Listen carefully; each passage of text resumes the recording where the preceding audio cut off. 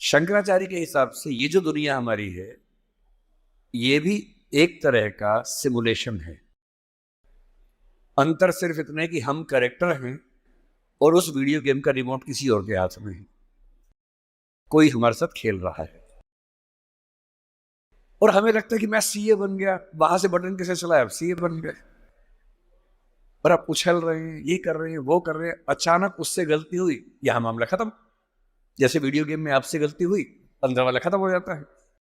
इतनी फानी किस्म की जिंदगी, इतनी बुलबुले जैसी जिंदगी, उस जिंदगी में इन छोटी छोटी बातों में इतना लीन होकर डूबे रहना, मेरे ख्याल से इससे खराब जिंदगी कोई नहीं हो सकती। और इसलिए जो करना है वो ये है कि जिंदगी में होते हुए अपनी जिंदगी को बेहतर कैसे बनाना है।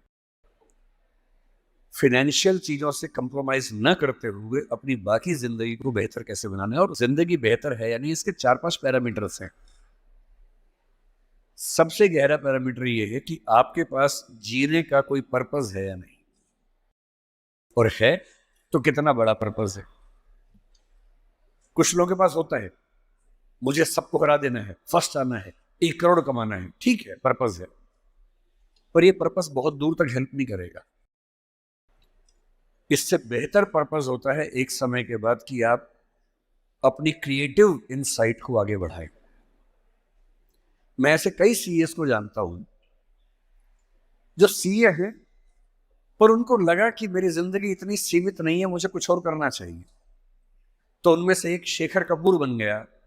उसने मिस्टर इंडिया फिल्म बनाई, बैंडिट क्वीन बनाई, कितना कमाल किया। एलिजाबेथ फिल्म हॉलीवुड में बनाई।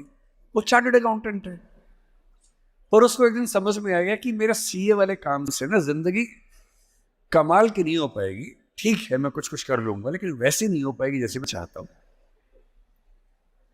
और बहुत सारे सीए हैं। एक सीए को लगा कि मुझे देश को भी सुधारना चाहिए, वो सुरेश प्रभु बन गया, रेल मंत्री बन गया। एक और सीए को लगा कि मुझे एक नई पॉलिटिकल पार्टी में ईमानदारी का संदेश लेके जाना चाहिए, वो राघव चड्ढा बन गया। इतने सारे सीएस हैं। कोई पॉलिटिक्स में आ गया, कोई उद्यम में चला गया। एक सीए बाहर से पढ़ के आया, उसको लगा मुझे तो मीडिया की दुनिया को रेगुलेट करना है, अच्छा बनाना है। उसने एक मैगजीन शुरू की, इंडिया टुडे, और धीरे धीरे वो आज तक का मालिक बन गया। अरुण पुरी, वो भी सीए है। क्यों सीए होके ये मान लेना है कि मेरी जिंदगी इतनी ही है। एक यंग सीए सिद्धांत चतुर्वेदी फिल्मों में इतना सुंदर एक्टर बन के आ गया है। अभी वो गली बॉयज में आया, शानदार एक्टिंग करता है। एक सीए को लगा कि मुझे केवल अकाउंटिंग नहीं करनी है, मुझे तो कुछ बड़ा काम करना, स्टार्टअप करना है, वो मोतीलाल ओसवाल बन गया। इतने बड़े बड़े सीए, कुमार मंगलम बिरला एक सीए है और सीए से पूरा साम्राज्य खड़ा कर दिया। एक सीए को लगा ये सब छोटा है, मुझे देश के लिए काम करना है, देश के लिए मर मिटना है। और आज से 2 महीने पहले उसने देश के लिए अपनी जिंदगी बलिदान कर दी। कर्नल मनप्रीत सिंह, जो कि सीए थे, वो भी चार्टर्ड अकाउंटेंट था। मेरी पहली आपसे गुजारिश ये है कि सीए बनने के बाद अपनी क्रिएटिव इंस्टिंक्ट को मरने मत दीजिए। कुछ क्रिएटिव, कुछ भी हो, वो क्रिएटिव हो सकता है कि आपको पेंटिंग करना पसंद हो, आपको पोएट्री पसंद हो, आपको फिल्म बनाना पसंद हो, फिल्म देखना पसंद हो, कुछ ऐसा। क्योंकि जो क्रिएटिव नहीं है, कई थिंकर्स कहते हैं कि जानवरों के पास जो 5 सेंसेस होती हैं, मतलब सबके पास नहीं, लेकिन जैसे गधे के पास है, गाय के पास है, भैंस के पास है, 5 सेंसेस हैं, हमारे पास 5 सेंसेस हैं। तो वो कौन सी चीज है जो मनुष्य को उनसे अलग करती है? तो वो क्रिएटिव सेंस है। और जिसने अपनी क्रिएटिविटी को ही मार दिया, फिर वो तो एक मशीन है, फिर काहे का इंसान है। इसलिए मेरी पहली गुजारिश आप सबसे ये है कि सीए होते हुए कुछ ऐसा क्रिएटिव शौक पाल लीजिए कि दिन में 1 घंटा मस्ती से गुजार सकें उसमें। वो कुछ भी हो, फिल्म देखने से लेकर कविता लिखने तक, पेंटिंग करने तक, कुछ भी हो। गाना हो, गाना सीखिए, सिंगिंग सीखिए, इस उम्र में सीखिए, तबला बजाना सीखिए, हारमोनियम सीखिए, गिटार सीखिए।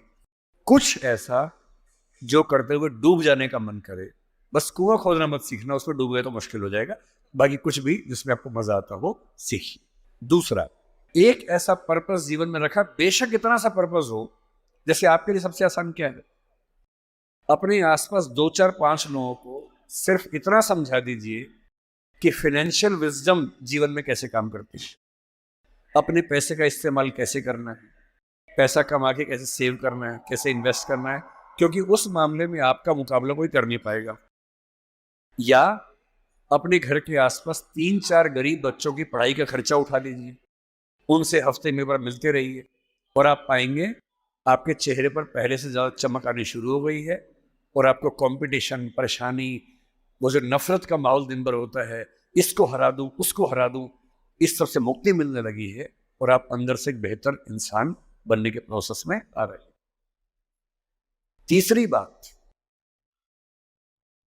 आप कितने भी सफल हो, यदि आपके जीवन में कुछ खास रिश्ते ऐसे नहीं हैं, जिन रिश्तों के साथ, चाहे वो प्रेम का हो, विवाह का हो, भाई का हो, बहन का हो, दोस्त का हो, जिनके साथ आप अपने मन की हर बात खुल के कर लेते हैं, तो आपका फाइनेंशियल अकाउंट चाहे कुछ भी हो, दरअसल आप एक दिवालिया इंसान हैं, बैंकरप्ट इंसान हैं।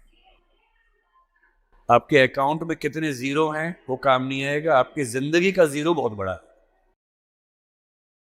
इंसान को इंसान बने रहने के लिए कम से कम 2 3 ऐसे रिश्ते चाहिए होते हैं जहां वो पूरी तरह से सहज होकर रह सके, जहां उसको पर्दा न लगाना पड़े। हम सब दिन भर पर्दे लगाते रहते हैं, खुद को ढकने में लगे रहते हैं।